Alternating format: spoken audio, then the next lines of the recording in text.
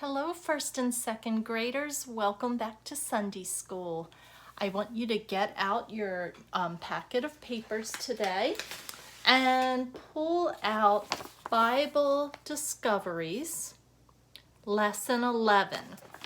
That is the main paper that we are going to use today. So go ahead and get out Lesson 11.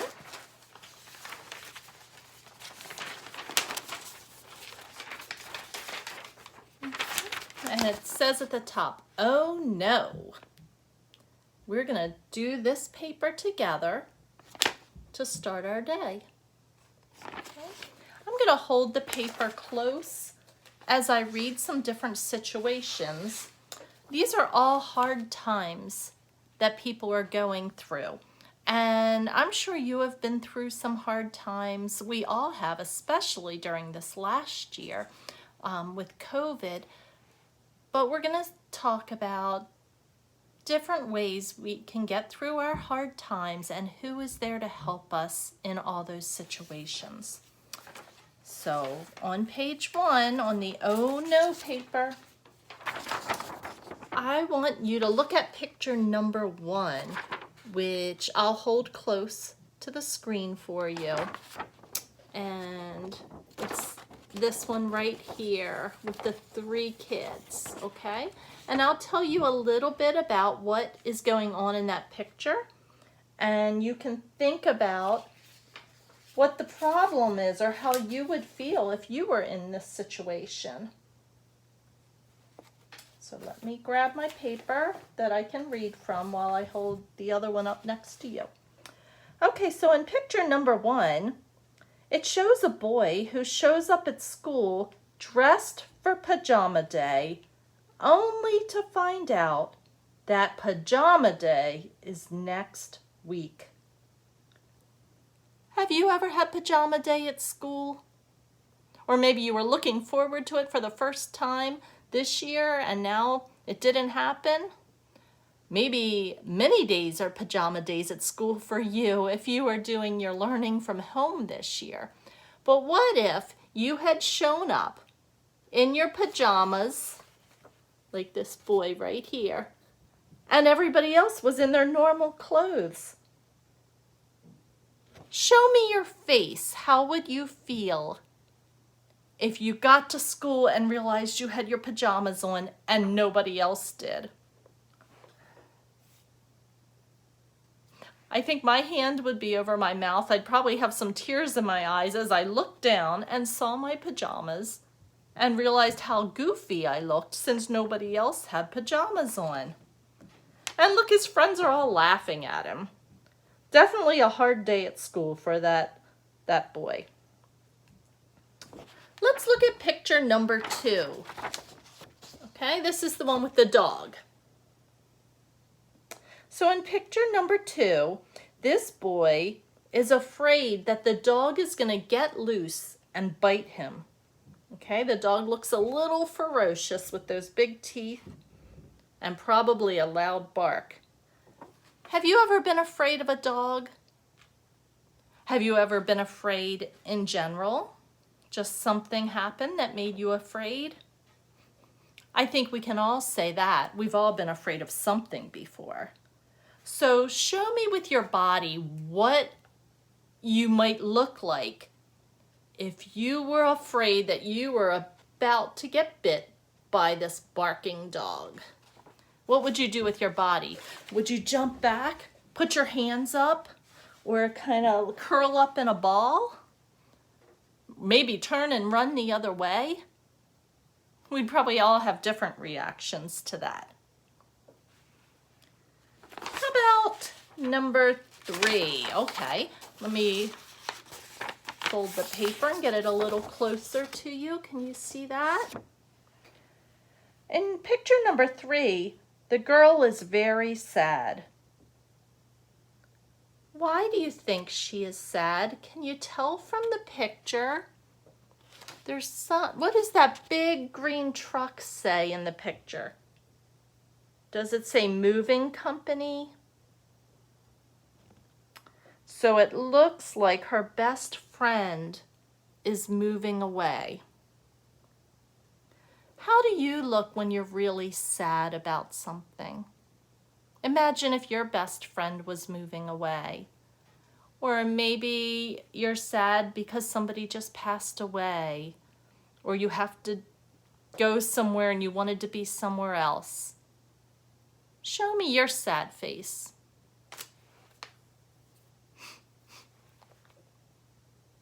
I wish I could see you through this screen. I bet you are good at making some faces today. Okay, well now I want you, this is space for picture number 4 and it's not drawn. Would you go ahead and take your pencil or pen and write something in this space about a hard time you've had? You can do a picture or you can just write some words that describe your hard time that you've had. Okay. You can pause it while you do that and then come back when you're done drawing.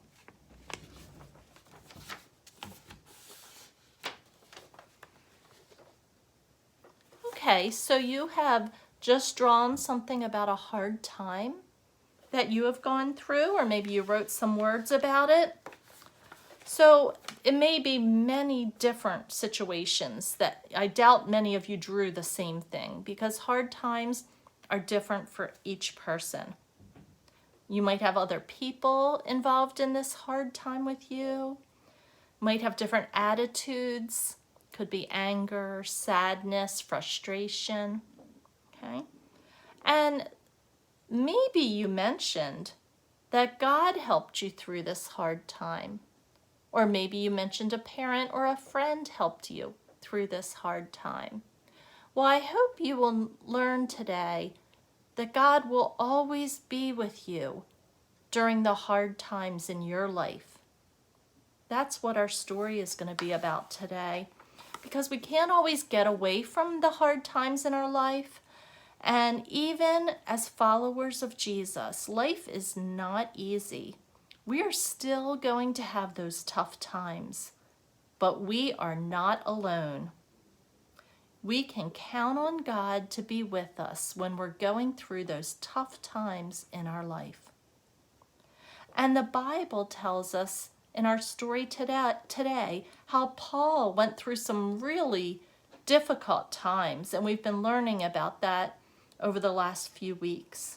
So let's find out today what happened to Paul and how God was with him during his hard time.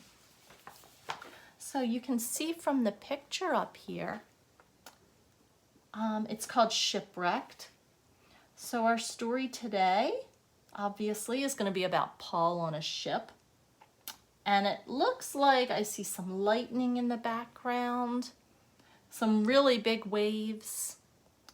It looks like he's going to go through a really bad storm. And it says he faces difficulties in Jerusalem and on a ship. So we are going to read the story together today. Okay, inside that same pamphlet, it is one where if we were together, I would give you parts to read. But I'll just read it out loud for you and you can follow along. If you would like to pick a part to read, just go ahead and read it along with me when we get to that part. Maybe you'd like to be the nephew or the narrator or Paul or the commander. Okay, any of those is fine. Just read along with me. And then we'll do our memory verse a little bit later. I'm not going to go over that right now. Let me see what's next. I guess we should also put up our map and go over where Paul is in this story. Okay, can you see that?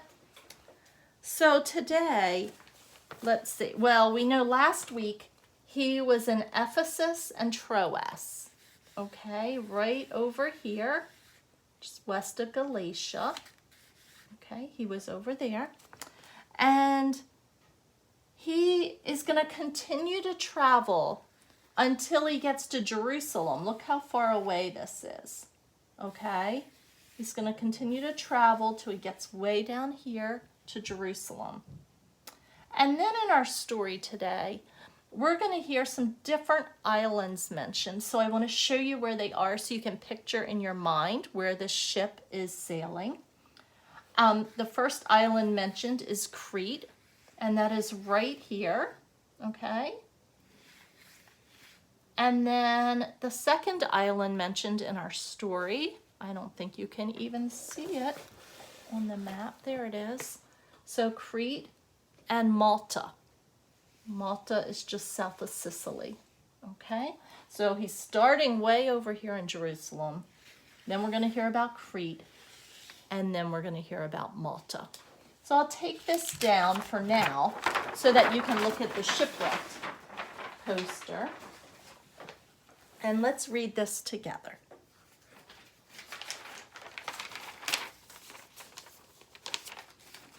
Okay, this comes from the book of Acts, which is in the New Testament. And our memory verse is actually going to be from the Old Testament in Deuteronomy. Okay. So have this paper out and let's read it together. Okay, I'll hold it up in case you don't have a copy of it at home. The narrator starts. Danger! Things were getting pretty rough in Jerusalem. A group of Jewish men had attacked Paul, who was also Jewish. They tried to kill him. Paul was put in a Roman prison, but the angry men wanted Paul dead. They met and made a plan to have Paul killed, but there was one thing they didn't know. And then we see Paul's nephew speak. Uncle Paul, I just heard that some men are planning to kill you. How can we stop them? Paul said, God will take care of me. Go tell the commander of the Roman soldiers. So the nephew walked across the prison and knocks on the door of the commander. The commander says, What do you want, young man? And the nephew responded, Commander, over 40 men are planning to kill my Uncle Paul. They promised not to eat or drink anything until he was dead. They said that tomorrow they will ask you to bring Paul to the temple rulers. They will surprise him on the way there, and they will kill him. The commander said, Don't tell anyone else about this. I'll take care of everything. Guard, get me 200 soldiers, 70 horsemen, and 200 men with spears.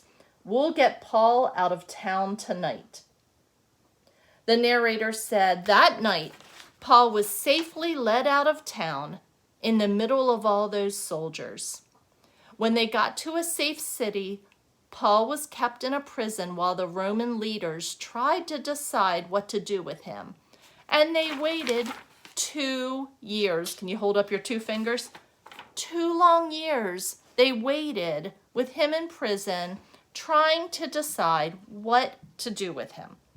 So finally, they decided to send him to the emperor in Rome. Paul set sail on a boat full of prisoners, guards, and sailors. So here we see the boat they're getting on. You can hear my dog tapping around. He's carrying a stuffed animal running around so that he can show me he has a stuffed animal in his mouth. And then we'll turn the page, go to the other part of the story. Okay? So here it is for you. Okay. The captain said, We've been sailing for 2 weeks, and the winter storms have started. We'll stop here in Crete until this storm passes, and then we'll move on. Paul said, Captain, if we go any farther, the ship will sink. You will lose all your cargo. Captain says, Nonsense! What do you know about sailing? The narrator said, The captain set sail again, and then without warning, a storm with hurricane winds blew up. The sailors said, "This storm is too much. We will drown." The captain said, "Throw the cargo overboard to make the ship lighter." To Paul, he said, "You were right. What should we do now so that we don't die?" Well, Paul answered and said, "An angel of God told me not to be afraid. God is with us in these hard times. If we all stay together, no one will die." So the narrator tells us that the captain agreed, and Paul told everyone to eat something. They had not eaten in 2 weeks, is what the Bible says. Paul thanked God for the food and gave some to each person. The next day, the captain said, "I see land ahead, but in this storm, we can't anchor the ship." A soldier cries out, "Oh no, the ship will crash and smash. We'll have to swim for shore. Let's kill the prisoners so they don't escape." See, back then, that was something they would do. In order for the prisoners not to escape, sometimes they would just kill them. But the captain says, "No, let everyone swim for shore. If you can't swim, grab a board from the ship," so they could float on it. And the narrator said the storm had blown them to the island of Malta. The ship ran aground on a sandy beach. The pounding waves broke the boat to bits, but everyone on board made it safely to shore. So you can see the big picture there of them in the storm. Okay. So let's see if you understood this story. And if you want more of the details, you can always go to the book of Acts. And let's see, I read it, and it's in several different chapters. It is in Acts 21, verses 27 to 36, Acts 23, 11 to 24, and Acts 27, verses 1 to 44. So 3 different parts of the Bible tell us the story that we just read today. So we know it's true, right? Because everything in the Bible is true. What do you think? Oh, I was reading the wrong question. Let me see. Well, let's look at our memory verse before I ask you the questions, because it applies to the story that we just read. The Lord himself goes before you and will be with you. He will never leave you nor forsake you. Deuteronomy 31, verse 8. Okay. What was Paul's situation in Jerusalem? Think about the story that we just read. What was his situation in Jerusalem? Well, some Jews had attacked him and tried to kill him. And then his nephew, remember when that came up? His nephew found out about another plan to kill Paul. So he went and told Paul about it. Okay? And Paul sent him over to the commander to tell him, didn't he? So that was a way that God was taking care of Paul, was by letting the nephew find out about this plan to kill him and then to alert the people in charge. Well, how did God show that he was with Paul in Jerusalem? It's something I just said. How did God show Paul that he was with him? Because of the nephew overhearing that plan and alerting the authorities, right? And then the soldiers were able to take Paul out of town to safety. How long was Paul in prison as they tried to decide what to do with him? Do you remember? It was a long time. 2 years, that's right. And what happened when he was on that boat that was going to Rome? Big storms came up with hurricane-force winds, that's right. And the captain kept going until the ship crashed. And everyone was able to get to shore and nobody died. What did Paul know during this time, this hard time at sea when he was in the storm? Well, he knew because God had told him that God was with him and that nobody on the ship was going to die. Okay, let's read this memory verse out loud again. The Lord himself goes before you and will be with you. He will never leave you nor forsake you. Deuteronomy 31 verse 8. What do you think it means that God will never forsake you? What's that mean? God will never forsake you. It means that he'll never leave you alone or abandon you. Okay?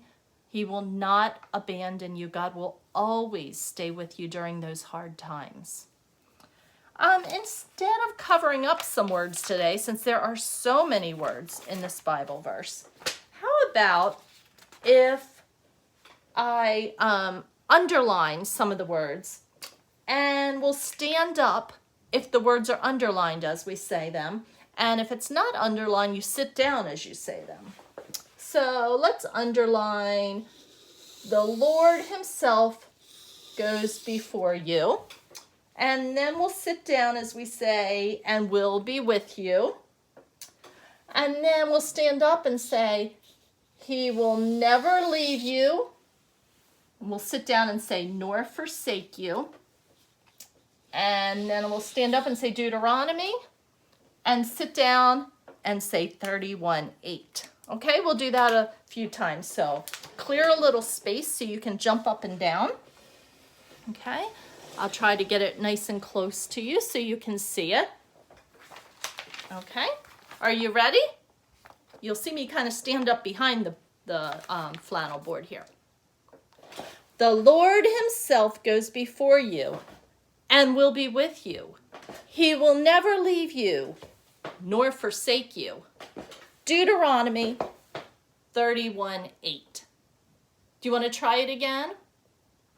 The Lord himself goes before you and will be with you. He will never leave you nor forsake you.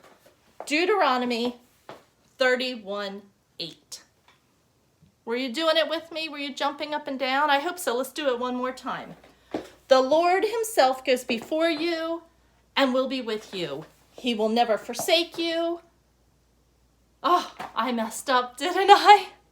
I hope you got it right. I couldn't see this, so I was trying to look at my paper. Let's try it again. The Lord himself goes before you and will be with you. He will never leave you nor forsake you. Deuteronomy 31:8. Good job, everybody. Hopefully you got a little exercise jumping up and down. I want you to think about some hard times that you might have coming up in the next few weeks, okay? Maybe especially with the weather, you might not be able to get out and see some friends. That could be something that will be a hard time for you. Some of you might be starting back to school for the very first time this year. So you might be a little concerned about that. I'm sure you're also very excited about that too. But these are things you might worry about or consider difficult, okay? But I want this Bible verse to remind you that God is going to be with you during those hard times. God will go before you and he will be with you. He will never leave you nor forsake you. So no matter where you are going through hard times, whether you're at home, whether you're at school, whether you're outside, you remember this verse, okay? Try to keep this tucked in your heart to remember that that God will always be there for you, okay? He's never going to leave you during your hard times. So let's take a moment and pray, okay? take a hand, give a little clap. Take a hand, and fold them just like that. Lord, we thank you for your promise to always be with us. Help us to remember this promise, Lord, that you will never leave us nor forsake us. You will always be with us during our good times and during our hard times. Be with us this week and help us to go in confidence knowing that you are there with us. Thank you for all your blessings, Lord. Amen. Okay, everybody. I hope you have a great week. Talk to you soon. Bye.